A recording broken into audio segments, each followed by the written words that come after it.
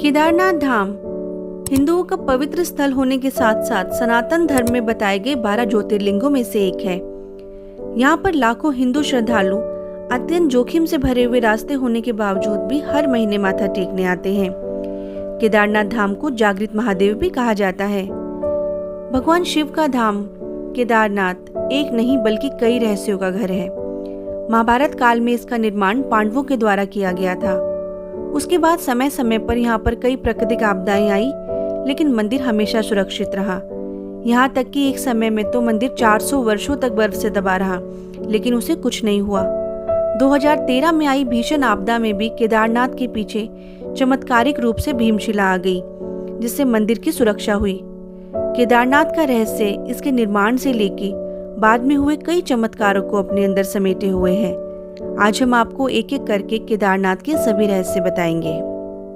केदारनाथ मंदिर का निर्माण। जब आप केदारनाथ जाएंगे तो देखेंगे कि मंदिर का निर्माण कटवा के भूरे रंग के विशाल पत्थरों, चट्टानों व शिलाखंडों से किया गया है। इनको जोड़ने के लिए आपस में इंटरलॉकिंग की गई है। केदारनाथ मंदिर समुद्र तल से 22,000 फीट की ऊंचाई पर है। अब रहस्य की बात यह है कि इतनी ज्यादा ऊंचाई पर इन पत्थरों व शिलाखंडों को कैसे पहुंचाया गया होगा, साथ ही इन्हें कैसे एक के ऊपर एक रखकर मंदिर का निर्माण किया गया होगा। केदारनाथ मंदिर का ऐसे भव्य निर्माण की आज के समय में केवल कल्पना ही की जा सकती है। 400 वर्षों तक बर्फ में दबा रहा केदारनाथ। पांडवों के बाद इस मंदिर का पुनः निर्माण आदि शंकराचार्य द्वारा किया गया। इसके बाद उन्होंने इसी मंदिर के पीछे समाधि ले ली थी। इसके बाद 10वीं से 13वीं सदी के बीच कई भारतीय राजाओं द्वारा इस मंदिर का पुनः निर्माण किया गया। वाडिया इंस्टीट्यूट हिमालय द्वारा की गई रिसर्च में यह बात सामने आई कि 13वीं सदी से लेकर 17वीं सदी तक यह क्षेत्र पूरी तरीके से बर्फ से ढक गया था। तब लगभग 400 वर्षों तक केदारनाथ मंदिर पूरी तरीके से बर्फ से ढका रहा, जिसके कारण भी मंदिर को कोई क्षति नहीं पहुंची। इसके प्रमाण आज भी मंदिर की दीवारों पर देखने को मिल जाते हैं। हालांकि 17वीं शताब्दी के बाद जब बर्फ का अनुपात कम हुआ तो मंदिर पुनः दृष्टि में आया। इसके बाद से केदारनाथ की यात्रा पुनः सुचारू रूप से शुरू की गई। केदारनाथ के पास स्थित श्री भैरवनाथ मंदिर। केदारनाथ मंदिर से लगभग आधा किलोमीटर की दूरी पर प्रसिद्ध भैरवनाथ जी का मंदिर है। इसे इस क्षेत्र का क्षेत्रपाल भी कहा जाता है, जो इस मंदिर की सुरक्षा करते हैं। सर्दियों के मौसम में दीपावली के अगले दिन से केदारनाथ मंदिर के पट भीषण बर्फबारी के कारण बंद कर दिए जाते हैं और उसके 6 महीनों के बाद मई के महीने में अक्षय तृतीया के दिन खोले जाते हैं। मान्यता है कि इन 6 महीनों में मंदिर की सुरक्षा का भार श्री भैरवनाथ जी ही संभालते हैं। जो भी भक्तगण केदारनाथ मंदिर के दर्शन करने यहाँ आते हैं, उन्हें पहले श्री भैरवनाथ जी के दर्शन करना जरूरी होता है, अन्यथा केदारनाथ की यात्रा विफल मानी जाती है। केदारनाथ में जलती अखंड ज्योति। सर्दियों के मौसम में जब केदारनाथ मंदिर 6 महीनों के लिए बंद हो जाता है, तब यहाँ रहस्यमय तरीके से अखंड ज्योत लगातार 6 माह तक जलती रहती है। दीपावली के बाद से यहाँ पर भीषण बर्फबारी का दौर शुरू हो जाता है, जिस कारण केदारनाथ भगवान के प्रतीकात्मक स्वरूप को नीचे ऊखी मठ के ओमकारेश्वर मंदिर में स्थापित कर दिया जाता है। इन 6 महीनों के अंदर वहां के स्थानीय नागरिक भी वहां नहीं रह सकते।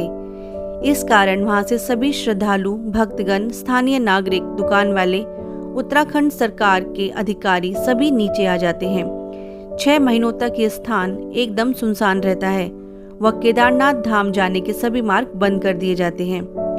जब मंदिर के पुजारियों के द्वारा 6 महीने बाद केदारनाथ धाम के पट खोले जाते हैं, तब भी वहां अखंड ज्योति जलती हुई मिलती है। साथ ही ऐसा प्रतीत होता है कि कल ही यहाँ किसी ने पूजा की थी।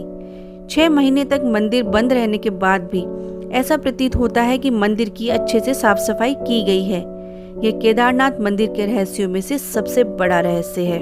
केदारनाथ मंदिर की भीमशिला। साल 2013 में उत्तराखंड व केदारनाथ में आई भयंकर बाढ़ के बारे में कौन नहीं जानता। उस समय आसमान से इतनी भयंकर मेघ गर्जना व वर्षा हुई थी जैसी आज तक नहीं हुई। उस आपदा में लगभग 10,000 से भी ज्यादा श्रद्धालु मारे गए थे। सभी नदियां उफान पे थी, वह हर जगह भीषण बाढ़ आ गई थी। तब बाढ़ का प्रचंड रूप केदारनाथ मंदिर की ओर बढ़ रहा था। केदारनाथ मंदिर के पीछे जो आदि शंकराचार्य का समाधि स्थल था वह पूरी तरह से बाढ़ में बह गया था। इससे पहले कि बाढ़ का पानी केदारनाथ मंदिर के पास पहुंचता, उससे पहले ही चमत्कारिक रूप से एक विशाल चट्टान पानी में बहती हुई आई और ठीक मंदिर के पीछे आकर रुक गई। इसी चट्टान से टकराकर पानी का बहाव दो भागों में बट गया और मंदिर के दोनों ओर से निकल गया। आज हम इस चट्टान को भीमशिला के नाम से जानते हैं। जो भी केदारनाथ मंदिर के दर्शन करने आता है वह इस चट्टान की भी पूजा करता है। मान्यता है कि स्वयं महादेव ने मंदिर की सुरक्षा के लिए इस भीमशिला को भेजा था। इन सभी रहस्यों के अलावा एक बात और है जो हम आपको बताना चाहते हैं। दरअसल पुराणों की भविष्यवाणी के अनुसार भविष्य में इस संपूर्ण क्षेत्र के तीर्थ लुप्त हो जाएंगे, जिनमें केदारनाथ व बद्रीनाथ धाम प्रमुख हैं। पुराणों के अनुसार एक दिन नारायण की शक्ति से पहाड़ों का मिलन होगा व बद्रीनाथ तथा केदारनाथ के मार्ग लुप्त हो जाएंगे। इसके बाद एक नए धाम का उदय होगा जिसे भविष्य बद्री के नाम से जाना जाएगा।